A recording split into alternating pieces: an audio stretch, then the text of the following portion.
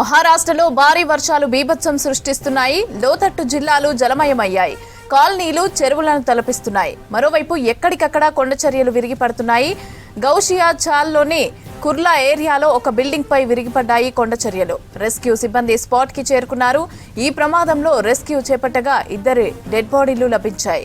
శిథిలాల కింద చిక్కుకున్న మరికొందరిని బయటకు తీసి ఆసుపత్రికి తరలించారు. ఈ బిల్డింగ్ కూలిన ఘటనపైన అధికారులైతే స్పందించారు. ఈ ప్రమాదానికి ముందే బిల్డింగ్ కూలిన యజమానితో పాటు అనేక భవనాల యజమానులకు నోటీసులు ఇచ్చామన్నారు.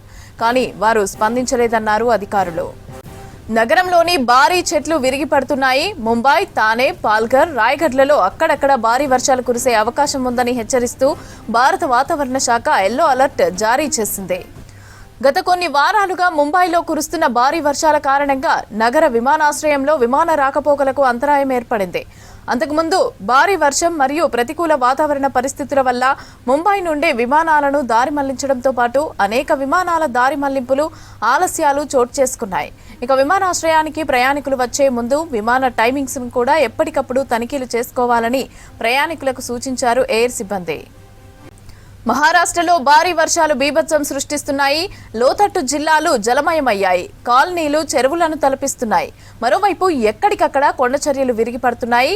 గౌషియా చాల్లోని కుర్లా ఏరియాలో ఒక బిల్డింగ్ పై విరిగిపడ్డాయి కొండచర్యలు. రెస్క్యూ సిబ్బంది స్పాట్ కి చేరుకొని ప్రమాదంలో రెస్క్యూ చేపట్టగా 2 డెడ్ బాడీలు లభించాయి. శిథిలాల కింద చిక్కుకున్న మరికొందరిని కూడా బయటకు తీసి ఆసుపత్రికి తరలించారు. ఈ బిల్డింగ్ కూలిన ఘటనపైన అధికారులు స్పందించారు. ఈ ప్రమాదానికి ముందే బిల్డింగ్ కూలిన యజమానితో పాటు అనేక భవనాల యజమానులకు నోటీసులు ఇచ్చామన్నారు. కానీ వారు స్పందించలేదని అన్నారు అధికారులు. నగరంలోని భారీ చెట్లు విరిగిపడుతున్నాయి. ముంబై, తానే, పాల్ఘర్, రాయ్గఢ్లో అక్కడక్కడ భారీ వర్షాలు కురిసే అవకాశం ఉందని హెచ్చరిస్తూ భారత వాతావరణ శాఖ ఎల్లో అలర్ట్ జారీ చేసింది. గత కొన్ని వారాలుగా ముంబైలో కురుస్తున్న భారీ వర్షాల కారణంగా నగర విమానాశ్రయంలో విమాన రాకపోకలకు అంతరాయం ఏర్పడింది.